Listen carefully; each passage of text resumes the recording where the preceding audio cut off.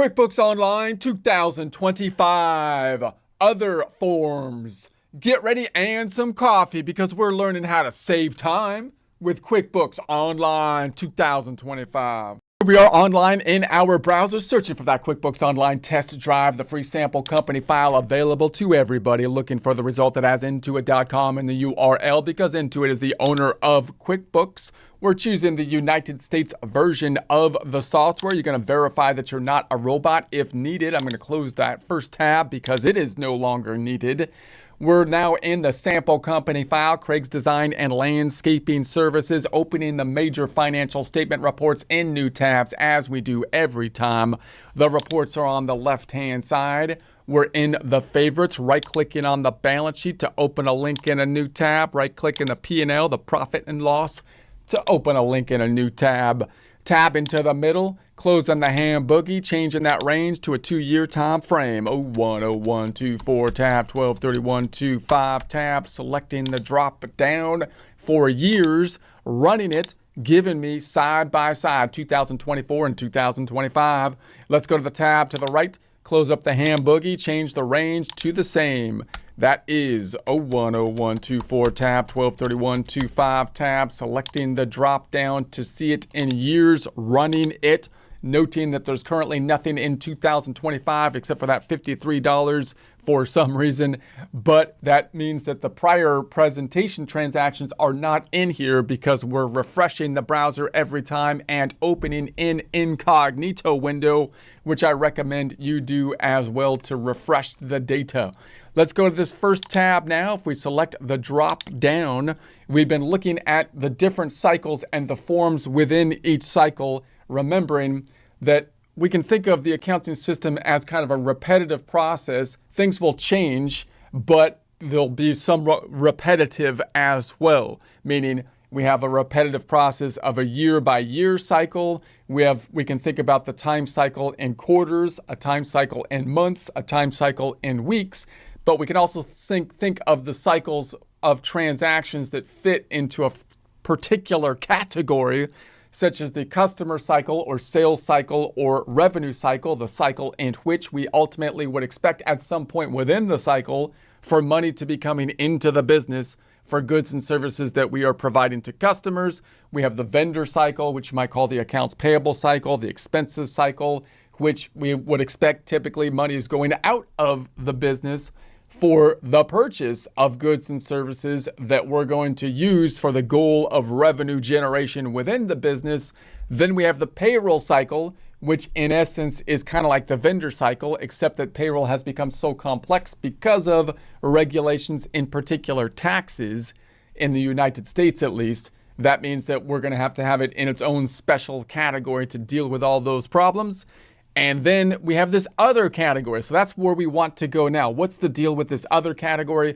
What's the deal with these forms? In other words, why don't these forms fit into one of the customer cycle, the vendor cycle, or the payroll cycle? Because it seems that the forms are designed to fit within the cycle. That's what they're basically there for. In other words, the day-to-day types of transactions are usually broken down in accounting software into data input forms, which are going to be organized within cycles of customer, vendor, and payroll. So what are these doing over here? Now I want to take a quick look at the flow chart. This is going to be the desktop flow chart. I'm using it for QuickBooks Online because it has the arrows. That's the only reason we're using it. And you will remember that in prior presentations, we talked about some of these cycles, the vendor cycle, the customer cycle, the employee cycle, and how the forms fit into it, and the nice flow of the forms within those cycles, which will be dependent upon the type of industry that we are in, which will ultimately drive us as to whether we're on a cash-based method or accrual method, how well can we use the bank feeds in the system, and so on. Now, in the old system, they had these two other categories over here, company area and the banking area. And some of the stuff they don't have in the drop down because it's kind of like the behind the scenes stuff, like the chart of accounts. We'll talk about that later because that's kind of like in the setup process. It's not exactly a form and so on, and calendar and so on, these things. But some of them are the forms here, like the deposit form and the check form in particular, they kind of put into this area, as well as this credit card form And so we have a similar kind of process. The reason I point this out in the desktop version, in part, is because when we move into the online version, you can imagine what they're trying to do with the online version. They're trying to look at the legacy of the successful desktop version that they had, try to keep what works in the online version while innovating and making new things for the format of a web-based system versus a desktop system. And it's useful to kind of get some idea of that in a similar way as if you're like trying to learn a new language that's evolved over time or something like that.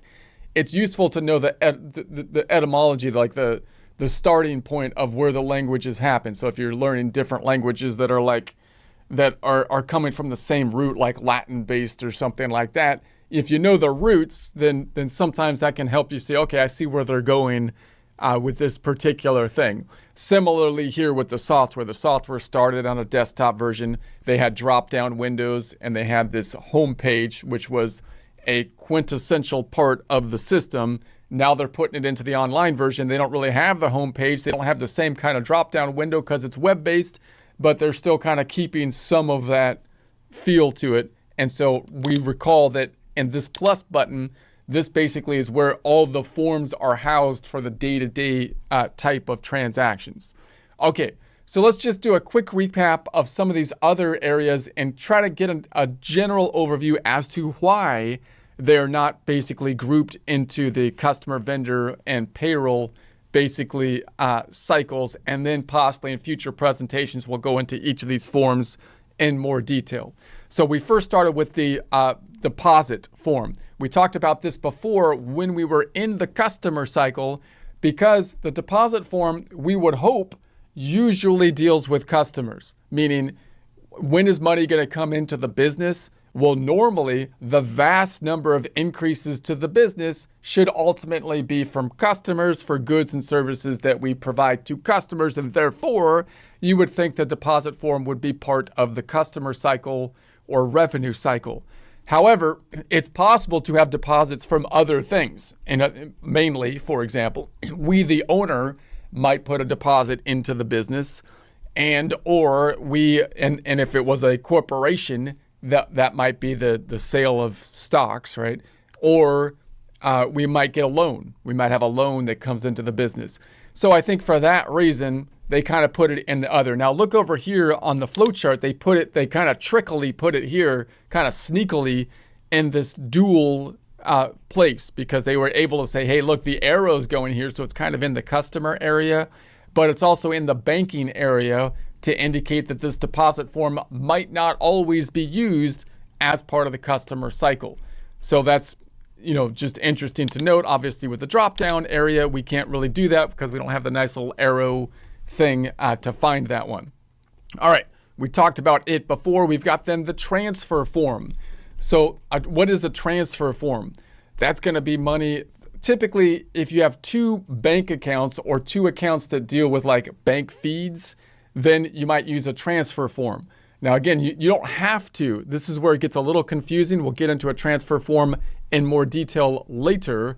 But for example, you might be transferring from a savings account to the checking account, or possibly more likely from the checking account to a savings account, for example. So you're generating revenue. As revenue goes up, you're transferring money to the checking account to a savings account, or possibly some businesses have a separate payroll account, which they would like to have all of the detail of the payroll transactions within, and therefore they transfer money into the payroll checking account every pay period, and then pay out of the payroll checking account so that the payroll checks are in their own bank account and you can have your own bank. Why is that useful? Because payroll's complex and it's nice to have it not grouped with all the other kind of payments sometimes if you find a problem with payroll that you have to deal with.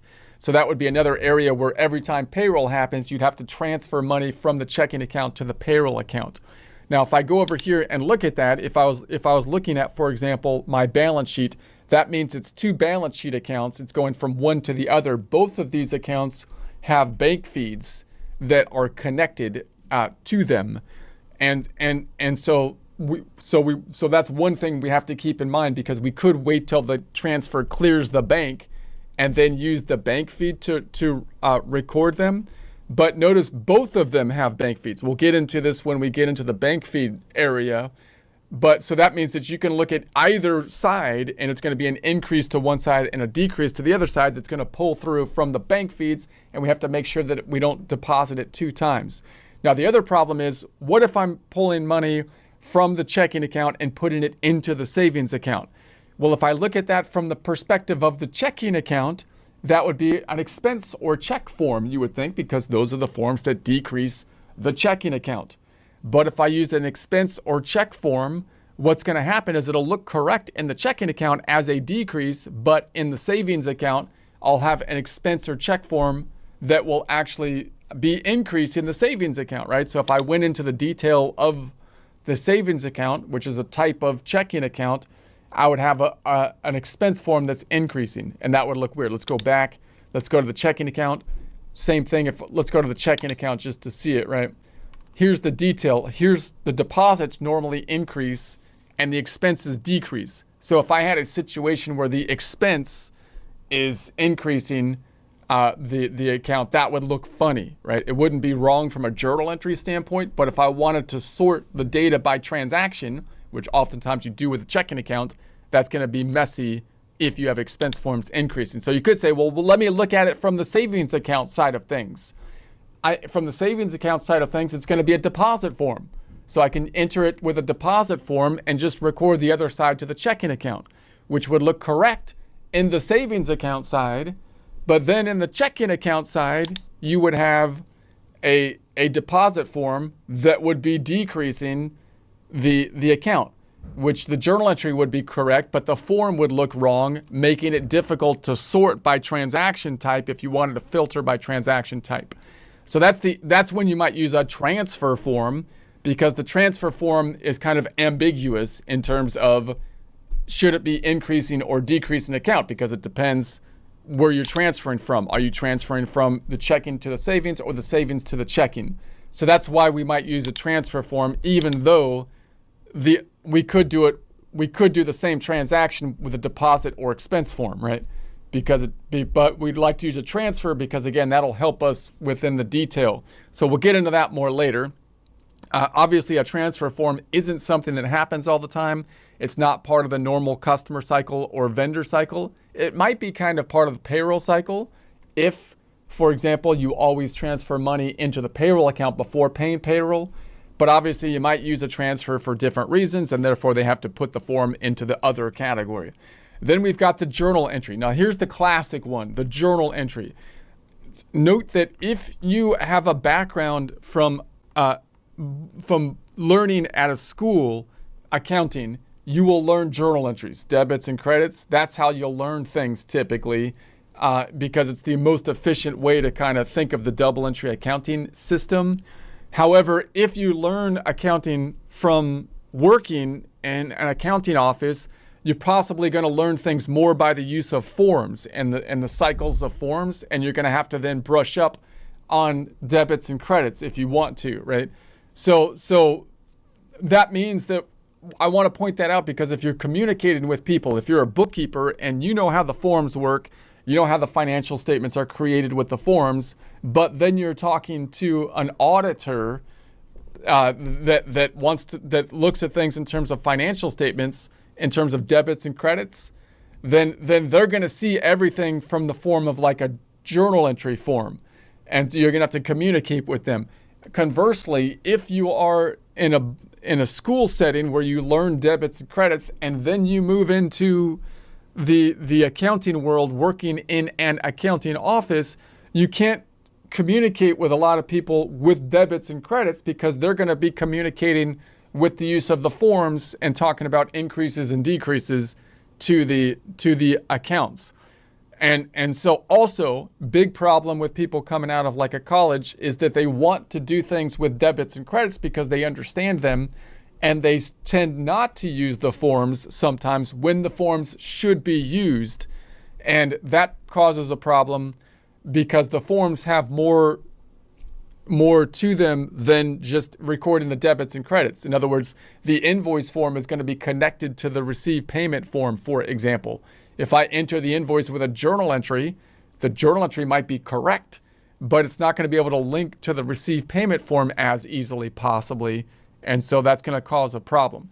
So the general rule is the journal entry form is the form that can record any kind of debit and credit, any kind of transaction. However, you don't want to use the journal entry form unless there's no other form to use. So in other words, we know that every normal day-to-day type of transaction can typically be broken down by cycle, customer cycle, vendor cycle, or payroll. And if it is a day-to-day transaction, QuickBooks will have created a form for it to make the data input as easy as possible, as well as track information within the system for people that we have to deal with, like vendors, customers, and employees.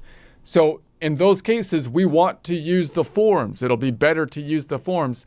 But sometimes we have transactions that don't fall into that category. They don't happen all the time. The big example is adjusting entries at the end of the period to try to get the financial statements more accurately on whatever basis we're using, like an accrual or tax basis, which we'll talk about in a future course or section. And that's often done by possibly the bookkeeper does the data input, and then the adjusting entries maybe are done at the end of the year for taxes or financial statements, possibly by the tax preparer or CPA firm. But there's also things internally that happen sometimes, like the purchase of equipment for a loan. What if you purchase property, plant, and equipment, but instead of paying cash, like if you paid cash for the purchase of like equipment, you might use an expense form.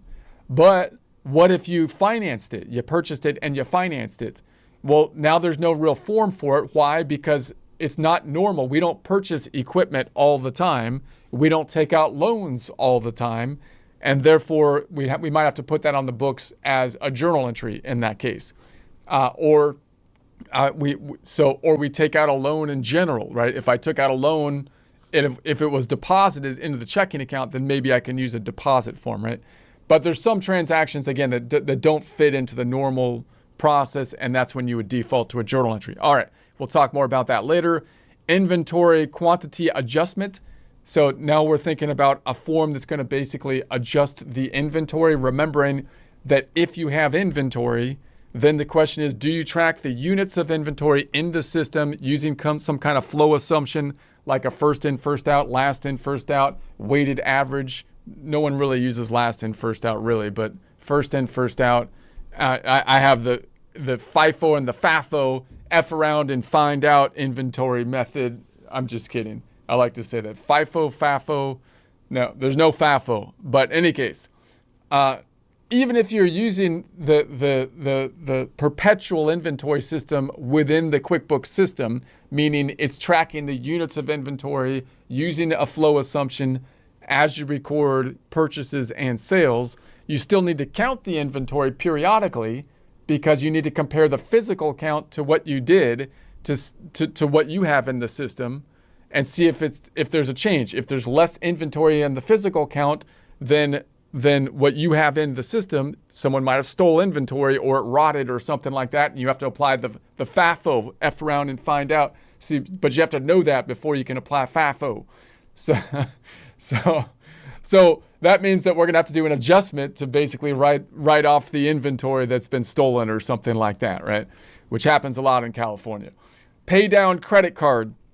So this is going to be a form that's going to be similar to like a journal entry, a transfer type of form to pay down the credit card.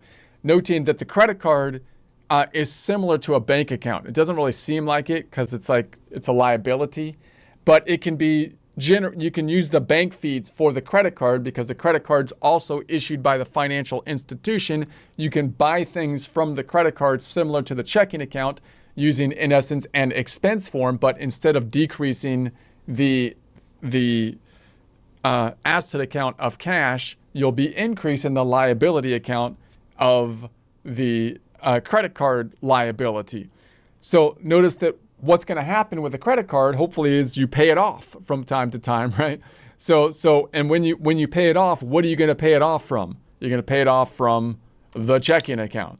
So we have this same kind of problem in that you have one transaction that involves two accounts, both of which are part of the bank feed situation. They're both connected to the bank. So you have a similar kind of thing. If you think about it from the checking account, you can write an expense form, which would be what a lot of people probably normally do to pay off the credit card. But then when you see it on the credit card side of things, in the credit card detail, it's going to show it as an expense form, which is typically the form that's used to record normal expenses like purchases with the credit card.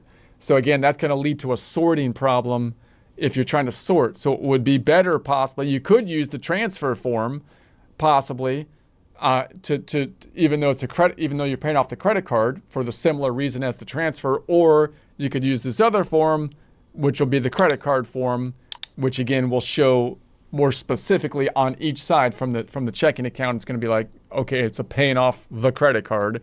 So you have a different thing you have to sort for a decrease, but we'll talk more about that later. Similar process. And then we got the add product and services. This is a weird one because it doesn't really belong in the forms section. And again, I think they're kind of following the legacy item of the homepage, putting things like the chart of accounts. They had all these kind of list things over here. And over here, they kind of removed most of those and just added the forms, but they still have the add products and services. But most likely, if you go to the products and services, you might go into the cog and the lists area, or more likely, you're probably going to go into the sales tab and then into the products and services here.